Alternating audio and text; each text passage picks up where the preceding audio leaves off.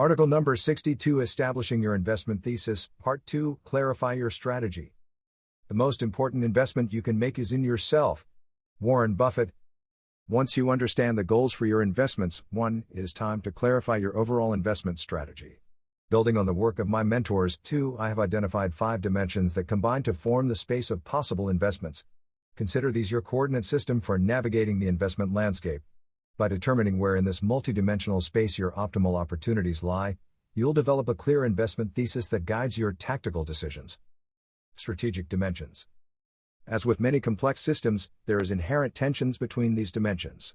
That is what makes this exercise challenging, but also what makes it powerful. Let's explore these dimensions. A. Risk tolerance, your comfort zone. There are many types of risks, too many to enumerate here. For purposes of this discussion, I will group them into 2 categories. Volatility risk. This is the change in the investment value over time, while you still hold the investment. It includes cash flow variance, positive or negative, and current value variance, for example a stock that gets repriced daily or a commercial property where the cap rate changes yearly. Realized risk. This is the gain or loss that occurs when you sell the asset. This relates to the price that you get relative to what you bought the asset for. How comfortable are you with these risks? No one likes losing money, but knowing how you respond emotionally and practically to both volatility and the actual loss of money is important when establishing an investment portfolio that serves you over the long term. Are you someone who immediately rebounds from any setback and just keeps steadily pushing your plan forward? Or do you lie awake at night believing that your dreams are lost whenever your portfolio valuation drops by 1%, even though you still own the asset? Understanding both your natural risk tolerance and the overall risk profile of each investment beforehand ensures that your investments serve your psychological needs as well as your financial ones. It is important to remember that every investment inherently has risk. Even risk-free T-bills bears risk. You might have to sell for a loss before it matures, if interest rates rise, or that inflation could be higher than expected, reducing your purchasing power over the whole period. There are ways that you can reduce the level of risk involved in a decision, but only to a point. For most of us, risk tolerance varies across different aspects of our life. Someone may be completely comfortable mountain climbing or skydiving, but still worry about their retirement income. Thinking about how your perspective varies gives you insight into how much financial risk you want to take. Consider the following questions. How did I respond during the last stock market crash? Even if you weren't heavily invested in the market, how you responded to the news and what actions, if any, you took can be insightful. Realistically, what would happen if you lost your entire investment in a deal? There is a big difference between having to work for an extra 3 months and suddenly becoming homeless. Putting the risk in context helps you assess what level of risk you are willing to accept. How would investment failures impact others in your life?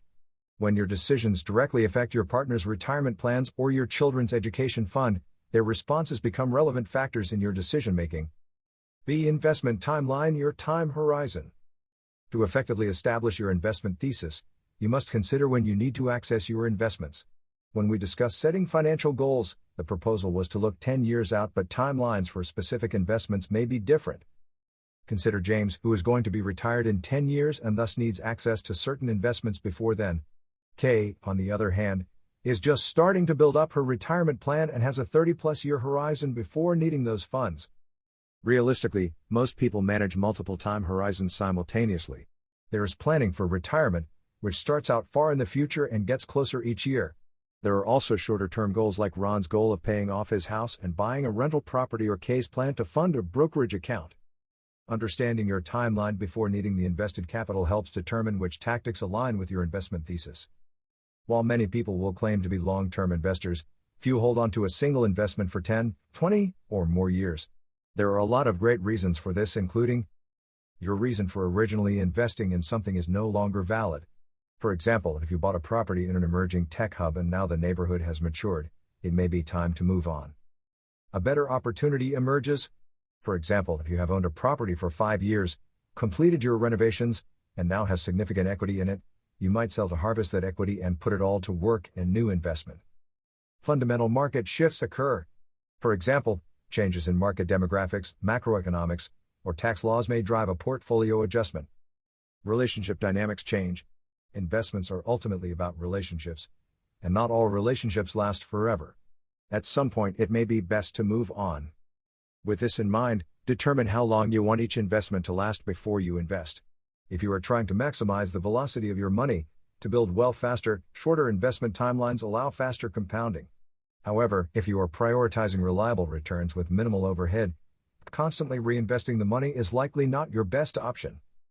C. Cash flow, your operational requirements. When investing, you receive returns in two primary ways. Most obviously, you get money back when selling an asset at a profit appreciation-based returns.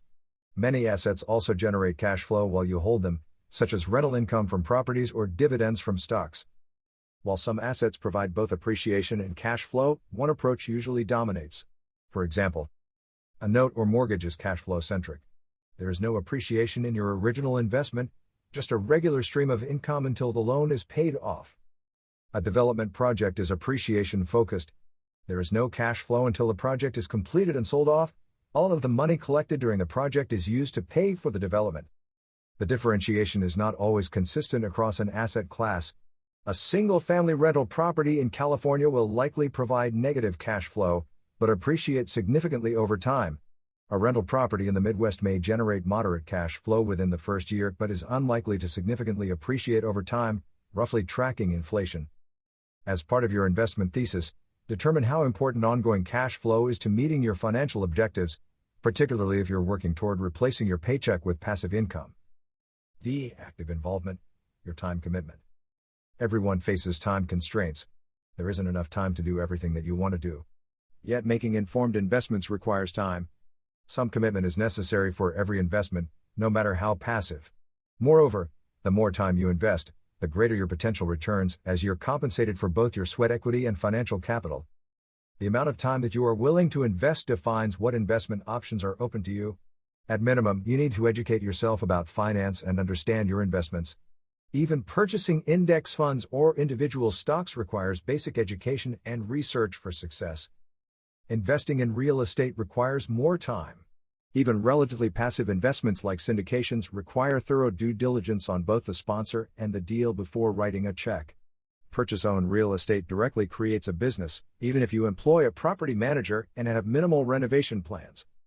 As part of defining your investment thesis, you need to determine exactly how much of your time you are willing to commit to managing your investments over a multi-year period of time. Once you make an investment, there can be a significant cost to undoing it, so you need to be comfortable with your decision. E. Required returns, your growth targets. Finally, and least importantly, understand what returns your portfolio needs to generate in order to meet your goals. Typically, less risky investments will have a lower rate of return and more risky investments will have a higher rate of return. However, that generality is not an absolute.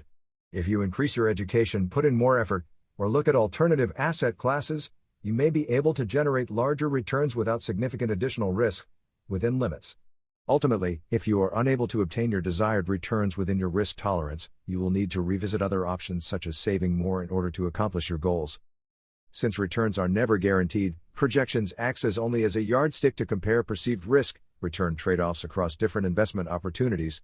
Your strategy should never require that all of your investments perform at the promoted rate of return for you to meet your goals.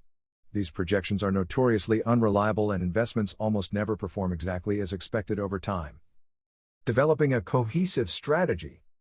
Everyone wants a low-risk, fully passive, long-term investment that is fully liquid and has great returns. Unfortunately, such investments don't exist. In the real world, trade-offs constrain the space of possible investments. Within these constraints, each investor needs to choose their target areas. For most people, no single investment strategy suffices.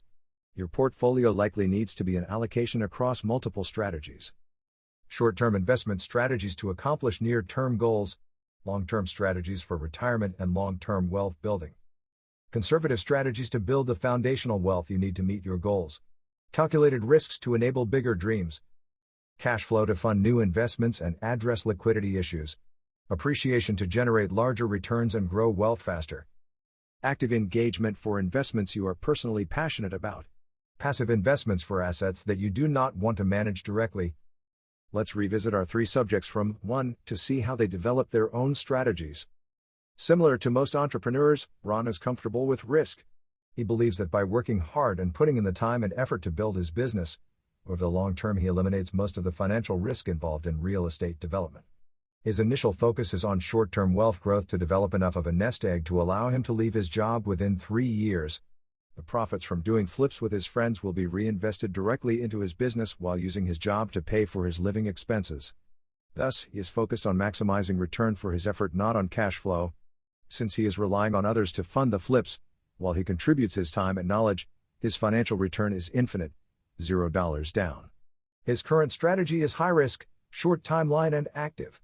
Once his business is established, he will transition into a longer-term strategy of building equity in his home and a rental portfolio. Kay is less comfortable with risk. Although she is young enough to weather volatility, she is afraid of realizing significant losses to her portfolio. As a result, she is not willing to invest more than $50,000 in any specific investment. Her job funds her current lifestyle and pays down her student loans, so cash flow is not important to her. Her job requires the majority of her time and energy, so she is looking for passive investments where she does not have to regularly invest effort. Focusing primarily on her retirement gives her a long-term perspective for the majority of her portfolio, while she is allocating 25% of her investments to buying her first home within 2 years.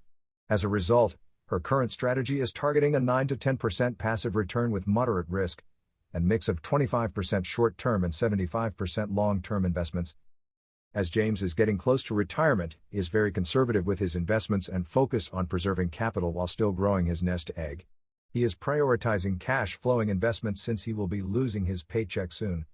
Given his current job and plans to travel when retired, he is looking for passive investments that will not demand much of his time in the future. He is targeting 7 to 8% cash-on-cash returns with a plan to reinvest the cash flow until retirement. Once he hits his target net worth, he can become even more conservative while still sustaining his lifestyle, or he can expand his lifestyle. Since his investments will fund all expenses, he is planning to have 10% of his investments in highly liquid assets so that he can easily make up any short-term cash flow issues. Clarifying your strategy summary.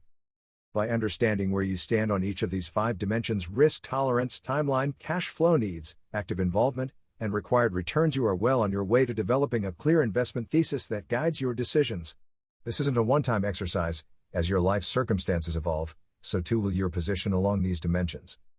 The goal isn't to find a perfect investment that optimizes all dimensions simultaneously. Such an investment doesn't exist. Instead, aim to build a portfolio that reflects your unique circumstances and aspirations while honoring the abundance mindset that underpins true financial freedom. Next, we'll explore how to define the tactics that you will use to implement your strategy and accomplish your goals. For additional reading, https://www.mbcray.com/blog/61 Establishing Your Investment Thesis Part 1 Define Your Goals https://realestateguysradio.com/resources/developing your personal investment philosophy/ This article is my opinion only. It is not legal, tax, or financial advice.